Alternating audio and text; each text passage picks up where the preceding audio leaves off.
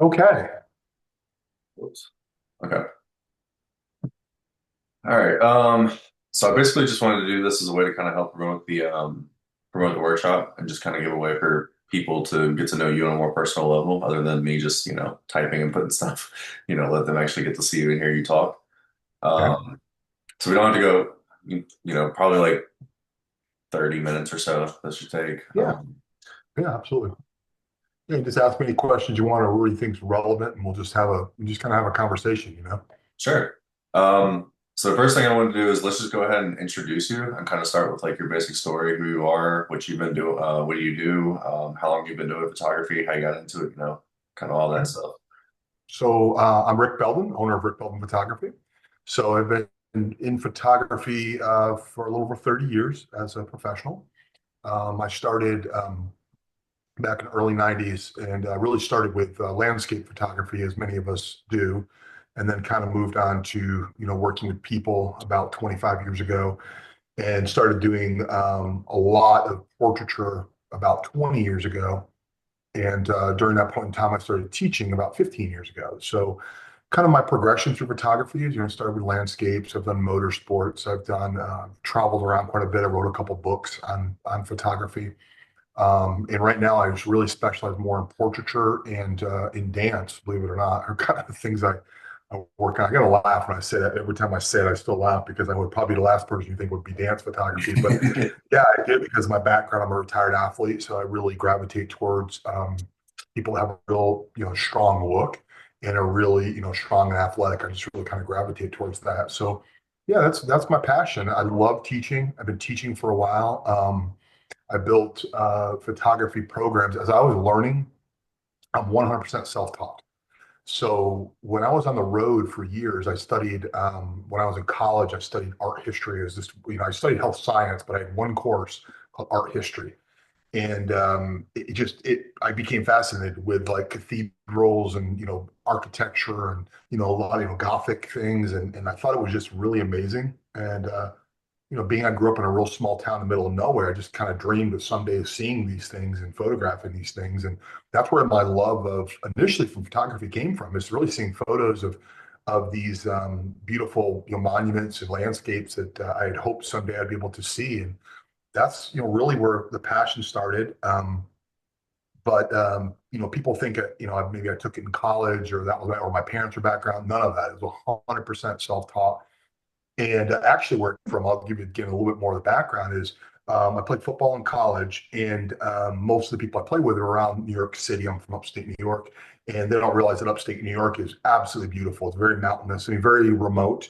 Yep. But upstate New York is like on the other end of the planet than New York City. And really, kind of what made me start doing photography was I wanted to show the other players, football players, and the people I went to college with, what upstate New York actually looked like, because they had no idea. If you're in New York City in that area, like you don't even know that upstate New York is all rural and middle Yeah. of nowhere. Right? Yeah. So that's kind of where I started doing photography there, and because I'm self-taught, for years I had owned businesses. I traveled really kind of nonstop. You can't see it because the light's on, but way behind me there are all these bookshelves, and I've read over 200 books on photography. And every different, so when I traveled, my big thing was I would take a book with me on photography, something about it, and I'd read it. And I've studied now, just because I've studied doesn't necessarily mean I'm any good at these things, but I've studied about every form of photography from macro to landscape to motorsports to portraiture to high fashion to editorial. I mean, you name it, I've kind of studied it. And I was an equestrian photographer for years also. So I would start teaching people how to shoot, it really started from me teaching people how to shoot equestrian because it's a totally different type of photography, horses.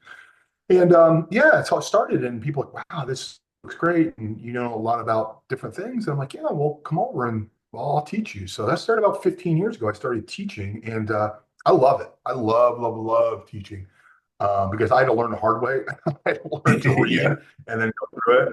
And most people don't know this about me, but I'm dyslexic. So I don't read, like when I read something, I read it like 4 or 5 times. So I would read it. I didn't know if I fully comprehended it. And I would come home from travel and I would grab my camera gear and I would just start shooting whatever I read about. And I would just learn trial and error, trial and error, trial and error. So I've Yeah, I've taken a lot of bad photos, I will admit.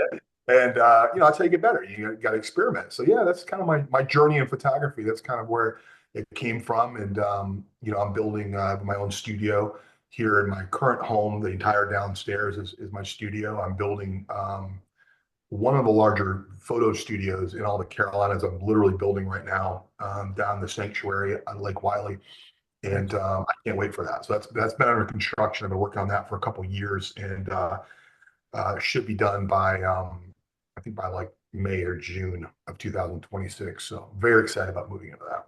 Awesome. Yeah, that'll be really cool. Just a little bit you told me about it. I'm excited to see what that's going to look like when it's all said and Yeah. done. Well, cool. What would you say out of all the different things that you shot and all that stuff? I know now you do more portraiture and dance and stuff like that. What would you say is like your favorite thing to shoot, or the favorite thing that you've had the opportunity to shoot throughout your entire career? Oh God, that's like asking what my favorite. That's like asking what my favorite child is. Yeah. And I usually answer neither when I say that I have two daughters. No, I'm joking. I love that. Boy, hey, that's a hell of a question. It's kind of like, you know what? It's almost like depends on the stage of my life where I could say that was my favorite at that stage. But I'll be completely honest with you, Lucas. When I first started shooting people, portrait photography is radically different. It's something I understand by like landscape. Like landscape, you go out there, you set up your camera. I studied a lot of Ansel Adams, which I love, my favorite photographer. And I would study like, you go out there and the old stories with Ansel Adams, he'd hike through the mountains with his big old, camera gear, 90 pounds of camera gear, and he'd set it up and he'd wait till the perfect shot. He might take one or two photos and then hike back out. I mean, he might have done, total process 8 or 9 hours to get like two or three shots. That's it. He didn't even know if he captured it. So it's a totally different mindset, right? So it's kind of gets you, it's very calming and it's radically different. And then kind of at the other end of the extreme, I'll answer your question, but I have to do it in a kind of long-winded way. I apologize. No, But you're like the fine. other extreme is I work with, I do motorsports, but I do motorsports portraiture for drivers. So I'll be like, for an example, at the track, I work for a couple magazines and I'll do a driver's portrait at the track. So you go to the track, you might be with someone who's, honestly kind of famous and you don't get 20 minutes. You get like 5 minutes if you get that. And so you got to set up your lighting, pose them, everything's got to be perfect. You got 5 minutes and you have to nail it. It's not one of those things where you can like do a do-over. It's not like you get like one crack at it. So you Yeah. have everything dialed in, all your lighting, got to know exactly what you're doing. And so those are like, again, those are completely different. But I like both of them because one's like really relaxing and then one it really forces you to be really quick on your feet. And so totally different. But all of that said, probably my favorite form of photography today is going to be probably dance. I love doing dance. These dancers are absolutely amazing. And coming from an athletic background, humbly, I really didn't understand how high level dancers were for as far as athletes because everything they do looks so easy. So when you capture it and you see, I mean, I'm talking about even young people, young lady, she might be 14 years, 13, 14 years old, and she leaps and you see the muscularity in the legs and the back. And I'm like, wow, you just don't see that in video. There's no way to capture it in video. So Yeah. I learned light techniques to really show, because my background's being athletics, to show muscle definition, especially with dancers. So I love that because when you take a dancer that's never been photographed like that before, and you have the mom in the room, of course, moms are always with them, and I show them the photos, and every time they're like, wow. I'm like, yeah, that's your daughter. She's amazing. Like you just don't see it, but she's amazing. Great. So yeah, I mean, I get a really, really lot of satisfaction out of that. It's really rewarding. And when somebody, prints something out and they put it on the wall of their home, I mean, that's like, man, that's like hitting a jackpot for me. I Yeah. don't even care about the money. Don't get me wrong, I want to pay, but I mean, I don't care about the money. If they put it on their wall, I'm like, that's like the, wall hangers, I call them. That's why I Yeah. ultimately shoot for us. Yeah. That's awesome. Um, what was the name of the author that you mentioned? Or the Ansel photographer? Adams. Ansel Adams.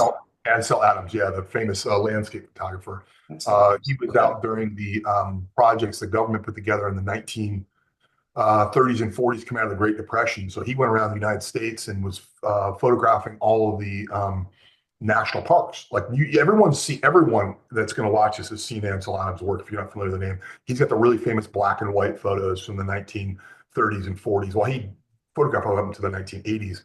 He was a little bitty guy, and he was just amazing. He actually invented the zone system for metering. Like, so we meter with our cameras, we look at stuff, and you look at middle gray, they call it 18% gray. You look at all that, and there was no metering system. So back then, you basically took the cap off, and you had to kind of count how long you did the exposure for, put the cap back on. He invented a system of metering, and he would look at like the dirt would be like a level 0 through 10, and he would assign a value to that. And he knew that if he was shooting at like F16, he knew exactly how long to pull the cap off for and when to put it back on to get the perfect exposure. Oh, So wow. that's stuff that, I mean, he invented all that. It's called the zone system. Him and another guy named Weston. But yeah, I mean, he was the first true master of photography. But anyone who's seen really famous black and white photos from that area, I'll guarantee they're almost all from him. Like Half Dome, Yosemite, all the national parks. He was contracted with the government to photograph these things because they're trying to get a tourism out people. Like they did the projects like the Hoover Dam and all that type of stuff where Right, right. he sent him around the United States to basically photograph these things. So people will be like, oh, I have a reason to go out and travel. So that was really where it came from. Wow. That's Yeah. crazy. I'm gonna have to look more into that. I didn't know about that. That's really cool. And Ansel Adams, Ansel Adams. That's cool. I'm gonna look into that. So why don't you tell everybody a little bit about the complexity to dance photography and kind of the stuff that you told me a little bit about it and how precise you have to be about it because for somebody an outside observer you wouldn't realize how difficult it probably is to capture those shots. Yeah, so I've been teach. So it is so complex that I literally have to teach. I teach dance photography workshops. So I'm going to be doing with CLT shooters. That's a goal as well. But I've been doing those for several years because it's not just capturing the shots. It's a lot. Let me back all the way up. There's portraiture where you can get, obviously it's pretty straightforward. There's a right and wrong way to do portraiture, but for the most part, you have a little bit of leeway. In dance, there's very clear right and wrong. It's very different than modeling where they have a certain look they're doing. You're like, I don't know if I like it or not. There's not, sometimes it's not really right or wrong. Dance, it is right and wrong. It's very clear. Now, not all forms, but I'm speaking most of the classical, especially ballet. Yeah. So the first shoot I did, I was spoiled. I worked with a professional dancer, and how that came out is this was going back about 10 years. Uh, I had a professional dancer with Charlotte Ballet, ironically, who was an intern for my sports nutrition company, and I didn't even know she was a dancer at that time. And so how all that came out was basically, I said, look, I'd like to put a dancer in my portfolio, and I was shooting like all sorts of athletes, and professional MMA fighters and football and all that type of stuff. And I said, like to shoot it. And yeah, we went out and shot her my very first shot. I'm like, I cannot believe how amazing this is. But what happened was I was asking so many questions. Her name is Tracy. We're good friends to this day. And I said, Tracy, educate me. What's right? What's wrong? Tell me about this. Oh, you see my foot's a little bit turned here. My shoulder's a little bit high, like stuff you wouldn't even notice back then. I had no idea. So you think you get it. And in dance, if your foot's not right, they're called a biscuit. They say they're throwing a biscuit. And to them, it's like, oh, good Lord, I can't even explain. It'd be like a model having like severe acne and you're not, like, it'd be like really, really something. It'd be like, ooh, that's a little tough. And I'm telling you, they will freak out if it's not perfect, especially the higher level dancers. So it's everything. I can't really explain all the different moves, but it's everything from the hand placement. And here's something really funny. Most people don't know in modeling. I was actually a model when I was younger. That's a long story, but they teach you literally. It's called modeling. It's literally called ballerina hands. So how you hold your hands when you're model doing it the proper way, when you do especially fashion modeling, that all comes from dance.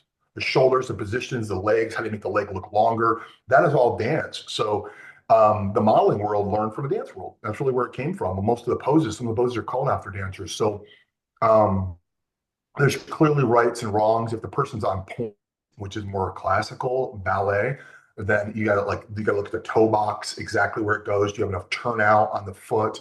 That's just one foot. And then you have everything from shoulder positions, head positions, neck down. You got to look at the lines of the body as far as how it looks. It's got to be aesthetically pleasing. The hand, I mean, you literally can do it perfectly, but if the hands are like this, they'll be mortified. They have to be soft. I mean, little things. Right. So I was with one dancer who I won't mention her name, but she's phenomenal, one of the best dancers in the entire area.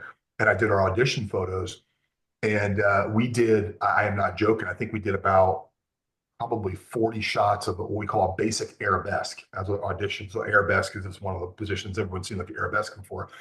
And I nailed it, the first time, like, man, this is great. And she goes, no, I missed it. I'm like, shot it again, shot it again, shot it again. And she kept going, no, my shoulders are a little too high. I'm like, you got to be kidding me. It was to the point where we got done. I put them up on the monitor. So, as photographers got big monitors. And you know, I said, you got to show me what I'm. She goes, like, well, you see this here? This arm's a little here. I'm like, oh, wow. And after studying them like side by side, I was still, and I'd been shooting dance. This was about a year ago. I've been shooting dance about 9 years, hundreds and hundreds of dancers. Her level of perfection, because she was such a high level, first company professional ballerina, it was perfection or nothing. Mm. So I'm saying all that because if you ever want to shoot dancers, and if you shoot them and you don't get the feedback, and you take bad photos, and I don't mean that you're a bad photographer, but you just miss it for whatever reason. Either they're not in the right position or you miss the timing, and you post that thing on Instagram, you'll never work on a dancer again. I'm not even joking. Like they'll look at that and the dancers will be mortified. So my policy is I will never post anything unless the dancers, or really anything, even my models I work with love it. I won't do anything with it. Yeah. They have to love it because that's their body. Their bodies are instruments. So if that gets out there, it's like it's a really bad representation of the way they dance and when they move, and they don't want people to see that. So, Right.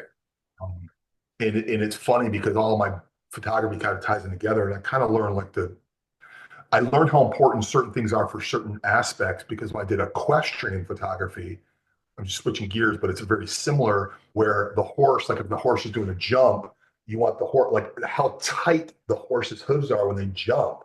Like when they jump, leap in the air, if they're even a little bit off, they won't buy it. Not only will they not buy the photo, they're Mm. mortified. So everything has to be like tight. So it, Interesting. in certain fields, man, they're incredibly picky. And I do motorsports, same thing. There are certain Yeah. shots in motorsports that I can sell, and certain ones are like, man, please don't post that. The car doesn't look right, I don't look right, it doesn't look whatever. So yeah, I mean, Yeah. but that's the type of stuff. Honestly, Lucas, I love teaching because once you get in there, you start seeing what to do. You can get that feedback of what's important. So Hmm. That's really cool. Um, so now let's get a little bit more into like the technical side of things. Just kind of like a little bit of like your pre-planning process and then like kind of like what you're looking for. And then I know with you specifically, you really like lights and like controlling lighting and stuff. And that's like, I mean, that's what photography is, controlling light. yeah, But yeah. can you tell us a little bit about that process and just kind of what you look for when you're trying to set up for a shoot or when you're trying to get ready for a shoot and all that stuff? Yeah, great question. So let's just take well, again, we can take dance or modeling and just use it. We'll just talk about portraiture because it's easy one to talk about. The first thing I'm doing, Lucas, is I'm finding out what does a person want. I want to learn about them. So I actually have an entire questionnaire I send out. Like, how do you want to be photo? How do you like to be photographed? Do you like to be soft and delicate, or is it strong? Are there certain areas you want to emphasize, or certain areas you want to de-emphasize? Now, it doesn't mean anything's wrong, but if you word it that way, instead of going, well, what areas don't you like about yourself? That's not a nice. First of all, nobody should hate themselves in their own body. Absolutely not. But there might be certain things that are a little more self. Hey, my calf's not really great, or I don't like my extension. Or with dancers, it might be they'll use words like I'm not very bendy, or I don't have a leg. And in dance work, we know what all that means. Or my toe box, I'm not over the box when I do this. Or my garage is not good because I don't oversplit. Whatever it is. So I'm trying to find out and then with models, the same way. Tell me about what do you want to achieve, and is the model are they more full figured, or are they more petite? Is it more high fashion? Is it what are you gonna do with the images? Are the images headshots for auditions, which are completely different than glamour headshots or modeling headshots? So first of all, I'm always trying to find out what it is they want, what do they like, what do they feel comfortable in. What have they shot before? And whatever they shot before, what did they like about it or what did they not like about it? So I take a lot of information. I like to meet with them, certainly talk to them before I work with them. Obviously, if I'm dealing with a dancer and it's a younger dancer, I'm talking to mom. Hey, do they know the poses they want to do? Do they know what do they feel comfortable with? Always making sure they're dressed clearly addressed appropriately, regardless of the age. Obviously, they're younger, of course, but even if they're a little bit older, what's the genre you want to shoot in and what do you feel comfortable shooting? Because boudoir is completely different than senior portraits. I mean, they're radically different, or business headshots. They're all different types. So I'm looking at that, and I'm looking at lighting patterns. So I'll send them maybe to my website, and I'll say by the category, these are different types of lighting I could do. What do you think? Or can you find something on Pinterest that you like?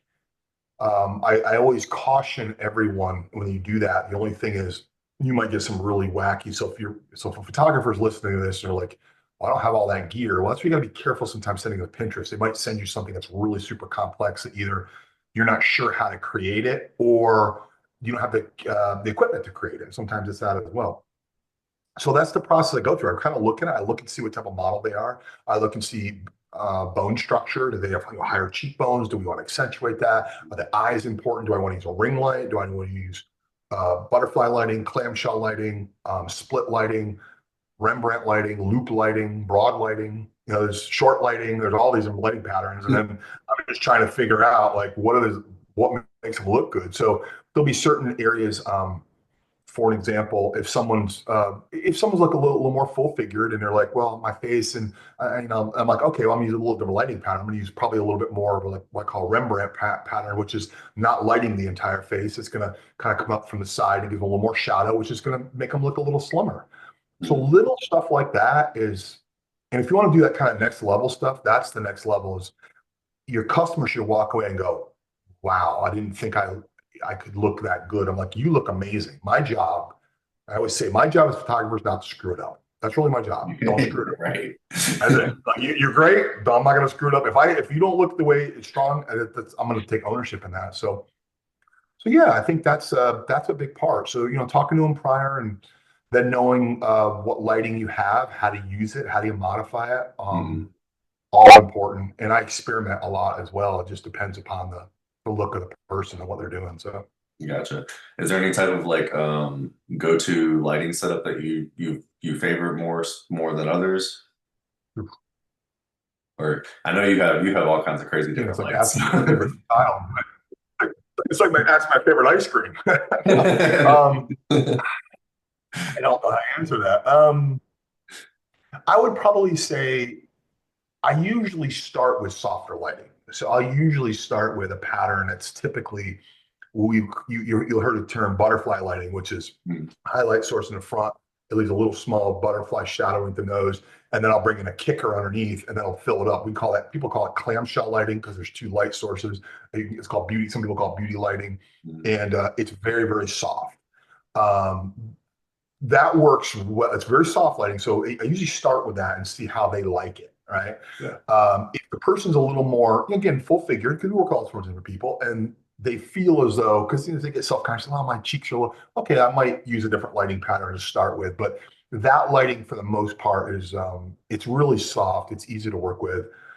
If a person has wrinkles and stuff like that, like a little older, it's good because it's going to, wrinkles are only seen when you add shadows, right? So if I have a lot of contrast and I've got wrinkles, you're going to see them more, right? If I have a little crow's feet, which is normal. I mean, everybody gets that when you get older, but if they're like, that's my concern, then I want to know that going into it. And that's why I typically pick a softest lighting setup. And then from there, I'm like, okay, we're going softer. And then I go a little harder. I typically would pull a light around and do maybe a Rembrandt lighting. I might do split lighting. I might pull all the way to the side and say, okay, now I want you to look to the light over here, and just to, give them some feedback. And I'm always trying to get that feedback of what do you think of this? Oh, wow, that's great. Oh, I never thought it would look like that. I'm like, yeah, man, you do a lot with lighting, man. Yeah. It's all about lighting, It's just Yeah, definitely. Um, I probably should ask you at the beginning because people are gonna want to know. What kind of camera do you use for this stuff, or what's like your go-to setup that you usually use? And have so you? This is kind of a follow-up question, but I guess throughout your yeah, whole career, have you used the same brand throughout your entire career, or have you switched it up from different brands and tested yeah. everything out?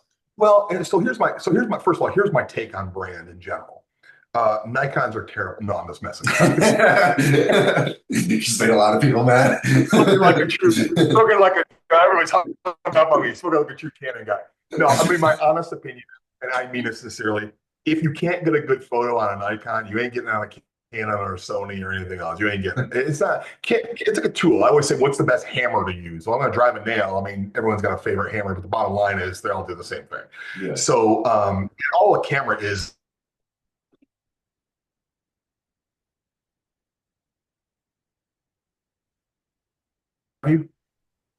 Oh, Are you frozen for a minute? I still yeah, got yeah, you. all right, yeah, now you're back. All right, Okay. little glitch in the matrix there.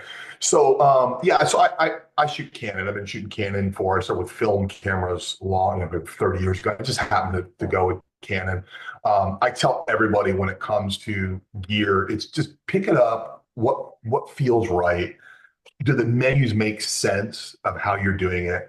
Canon to me made more sense, but it makes absolutely no difference. So I'll shoot with I have three bodies. I'll shoot with Canon. The first one I got an R5 Mark II, and then I have two R5s. So I have three cameras. Basically, I shoot with, and they're backup cameras, or in case I'm doing dual stuff, and I always have a backup to a backup. So that's what I shoot with. And some people, and like, for example, I shoot motorsports, and some people are, why don't you go for the, oh, you can do like the R1, but at this point in time, to be completely, these auto focusing systems are so damn good in these higher end cameras. I could, if I held a gun to your head, you couldn't tell me what camera came from what photo camera. If you nail the focus, if you get it, are there advantages to different cameras? Yes, but honestly, at this point in time, it's so minuscule. It just Yeah. really is. Now again, the higher end cameras, you can do a little faster frame rate, you can do a little, a little better higher ISO, Mhm. but and I've seen people with basic entry level cameras do some amazing shots. Definitely. Um, so yeah, but I shoot Canon. I shoot Canon R5 Mark II is my main body. So good camera, not the most expensive in the world, but it does everything I need to have it do. Because I need a camera that literally can do everything. So and it's a phenomenal all around camera. Gotcha. Um, what's your go-to lens for, I guess you're gonna use different lenses for whatever you're shooting, but I guess since you do dance most, what would be your go-to lens for that? Okay, so if I'm shooting studio, I'm pretty much always shooting my 24 to 70 or my uh, maybe 24 to 105 because I'm shooting basically everything at f8, f10. And at that point in time, as long as, and with my current studio, I can only get back so far. I'm shooting at around 65 to 70 millimeter in that range. Because you can remember full body, and I'm back pretty far, but I have to get full body. If I go closer, I can come in a little closer. If I do headshots in studio, I typically do my 70 to 200, 2.8. But I'm shooting everything at f8. So using a prime makes really no sense in studio if you're shooting at f8 or more, because you won't see the quality difference in that. Mm. Now outside, that's completely and totally different. My go-to lenses, I have several, but the main ones I shoot with would be my 85 millimeter 1.2 is absolutely my go-to. I love it when I'm outside. That's my favorite lens.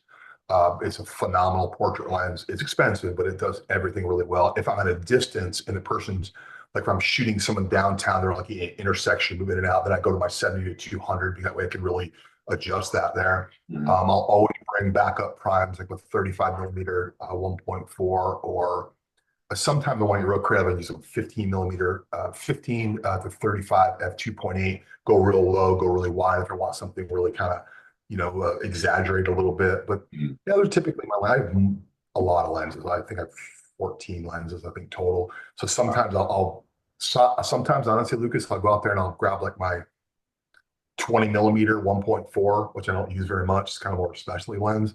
I'm like, let me find a reason to use this lens. And I know it sounds weird, but I'm like, I want something a little different. I'm so used to shooting at a certain focal length Yeah. that I'll try something different just to see what type of different shots I get. So yeah, yeah, I Nice. just sometimes gotta experiment, man. But it's kind of weird because if I'm with a client and it's a paid client, then I've got to nail the shot. So I'm going to stick with what I know works and all that as well. Yeah. Gotcha. Okay. We only got about 10 minutes left before my thing runs out. Yeah, no worries. But let's get a little bit into the workshop and what you're like, what we're gonna go over, or what you're gonna go over, and what people should expect and what they should already know beforehand. Um, Yeah. So the first one, the photography essentials, the first one. yep. Yeah, So we're yeah. gonna yeah. So it's called photography essentials. A change from taking snapshots to creating photographs. So I wrote that years ago, and I've upgraded since then. But it's basically the transition from I take I'm taking photos versus making photos, and that to me is a big difference. It's Yep. most people, and I don't mean it's derogatory. Most people just will take snapshots. They'll go to an area. You see it all the time on vacation. They'll pull their phone out. They won't pay any attention. Just pull it out, take a picture, like, oh, I'm a photographer. And I don't mean that in a bad way. I really don't, because we've all been there. But it's Yeah. like a photographer's looking at a lot Yeah. composition, what it's doing. They might bring a neutral density filter, a CPL. They might bring a split neutral density filter. They might bring, might bring a tripod. They might do longer exposure. There's all sorts of different things, as you well know. Yeah. And so it's really a transition from taking snapshots to actually creating photographs. So, and it's for beginners to intermediates. Okay, so intermediates will do well, but people are like, I know enough. I have a camera. I'm not really sure exactly what to do with it. And those are the perfect people for this. We'll literally teach you photography. So we're going to go over, exposure and what it's doing, ISO, the exposure triangle, ISO, shutter speed, the relationship, why that's important, how do you meter light, how to use focus systems. It's really it's basic to, we get in our intermediate a little bit. It's not advanced, but when you get done, you're going to be able to create photographs is really the goal. From I take snapshots, I create photographs. So you need to have just basic photo knowledge. I mean, you don't have to study books or anything. You need to understand kind of what a good photograph looks like and what you want to create. You definitely need to read your manual before. Probably the biggest thing that happens is before a seminar, I'll say, okay, make sure you know how to like adjust your aperture or whatever. And people come in and like, they've never read your manual. And I don't mean to get just derogatory. They're like, here's my camera. What do you think? I'm like, oh, it's a Sony I've never used Yeah. before. I Right. don't, Right. not that I can't figure it out, but like Yeah. that's the stuff you need to know coming in, the basic stuff, Yeah. how to change ISO, shutter, aperture, focal points, how to adjust those at least. And simple adjustments. And that's kind of the main thing. So you bring a manual with you, bring a notepad with you, bring one lens with you. And yeah, we go through just kind of all the ins and outs, but I have a ton of examples of what makes a good photograph, what that looks like, how you compose it, what makes it interesting. Does it tell a story? Mhm. If someone looks at it, do they know? You should be able, a real photograph, again, a real photograph, the viewer should look and say there was intent behind the photo Right. versus like the selfies, which I don't get. I'm not bashing people for selfies at all, but a selfies, I'm gonna in 2 seconds, I put no really thought on it. Do I look good? Whatever. Right. This is like, and they're selfies. What we're looking for is that next level, which is how do we create something where like someone really spent time and energy and effort trying to create that photograph. So that's who it's for. I love, love, love teaching. I work with people at all levels. I can go from very basic to very advanced, but this particular one is really basic, and it's something that if you're thinking about it, you'll get a lot of value. I love working with people and love seeing you grow. It's probably one of my big things. Nice. Awesome. Yeah, I'm really looking forward to it. I have started, I sent a little thing in the Instagram channel just to go ahead and kind of let people know. But Mhm. once I should be finished up with the website tonight, and then I just have to get the payment processing thing all figured out. And then hopefully in the next day or two that'll all be straightened out, and then I can actually start, promoting that for real and, start getting people signed up for it. Um, Well, and anybody who's thinking about it, think about it as, and I would just a suggestion as well. If anybody thinking about it, think about it as an investment of doing it. How many, because I did it the hard way. I mean, how many books and how many hours and how many months would it take to get from I'm taking snapshots to learning photography? It's a lot. It's a lot of investment. I said I'm self-taught, and I don't, I am dyslexic, so it took me a while. But and then I just did a lot of trial and error. And it's not that you can't figure it out on your own. This is just a massive fast track. So there's a little bit yeah, of investment definitely. involved. How valuable is your time? How many books do you want to buy, or how many forums do you want to read? And I would say this too, there's so much misinformation out there. I like Mhm. to cut through all of that. What I don't say when I teach is this is the only way of doing it. I'm just saying here's something that works. You will find your own style, you'll develop it, but there's certain things that are just, you need to know the exposure triangle. You need to Yeah, understand what you're trying to create. Now, how you get to that end point, there's a couple different ways of doing it, but it's a really good system when it's set up that way. yeah, yeah, definitely. I know. I've been shooting for 15 years, and just the little time that I've known you and the little time I spent around you, I've already learned a lot more than what I've learned in the last 15 years doing it. So, yeah, definitely a fast track to, kind of a little bit of a cheat code for people to be able to take something like this and actually get to learn it. And then with the follow-up class is also the hands-on aspect of it too, Yeah. where you actually get to implement a lot of things too. So, Yeah. more of a portrait workshop. So the goal is to really kind of build this thing where, I may listen to this. I love working with Lucas. It's, his baby, but I like to be able to hopefully teach some of these classes for him. And I'd love to be like known as our group or me as a photographer. We're a place where people can come for resources that are we're knowledgeable, we're honest, Mhm. we're gonna teach you to be a better photographer and really grow your skill set. Right. And that's really the goal, man. So I want to, anybody listening, we want to grow your skill set, and it's gonna be a fun process. And there's so many things to learn. And if you're kind of new to photography, like when I started, you might not know exactly as you like shooting yet. That passion will come, and it gets really fun really fast if when you find that passion if you don't have it already. And sometimes it's people, and sometimes it's cars, and it might be planes, and who knows? But Yeah. we have the ability to teach all of that. Yeah. I'm really excited, really looking forward to it all. So, but yeah, we got about 3 minutes left, so I'm gonna go ahead and wrap it up. Is there anything else that you want to add to this? Just any tips, tricks, or anything like that that you have, advice you have for people? Anything you want to No. talk about? Tips and tricks that you're coming into class. I can't spoil the surprise now, No, right? I All the know. information. No, just come in with open. I would say come in with an open mind and just come in with a come in with a learning heart. I will tell you this: anytime people say, "Well, you're really good at this" or whatever, and I appreciate compliments, and everybody loves compliments, but I honestly blow that stuff off. I really do. I'm a Yeah, lifelong student. I really am. I consider I've been doing this for 30 years. I literally learn stuff all the time. yeah, So if you have that attitude, I really don't believe anyone really masters photography. I just don't believe that. You may be incredibly good at one genre, but as yeah. soon as you're in that genre, like Ansel Adams is the greatest landscape photographer ever. He never photographed motorsports. Right, So where would he rank right. there? He wouldn't even rank. So what's a great photographer? I don't know. I mean, you're great in a genre. So, let's let's be humble. Come in and, whatever you know, you'll learn more. I promise you. Definitely sweet. All right, awesome. Well, thank you very much. I appreciate the time, taking the time to do this. I'll I'm gonna, I'll let you do your closeout thing, then we'll talk a little bit after this because we got 2 minutes left. So Yeah. Well, I don't really have a call. I mean, we're good on my end, man. Just I'm looking forward to seeing everybody working, everybody coming here in the studio and seeing what we create, gotcha. Yeah, for sure. All right, cool. Okay, so yeah, like I said a second ago, I'm about done with the website, so I'll go ahead and start promoting this like this week, and then start getting ticket sales done, and then I'm gonna put this up, and this is gonna go on the website, and I got a bunch of blog posts and stuff I'm gonna do as well. I've completely redone the website. It's kind of like it's more kind of like an Axios, like Charlotte, the QC exclusive type style website with blog posts and all that stuff and whatnot. Um, and everything. So I think it'll be. I'm trying to make it something where it'll be like really good resource for everybody to be able to go to and reference. We have our member section, all that stuff. I'm really looking forward to what it's all going to be. But yeah. So Wonderful.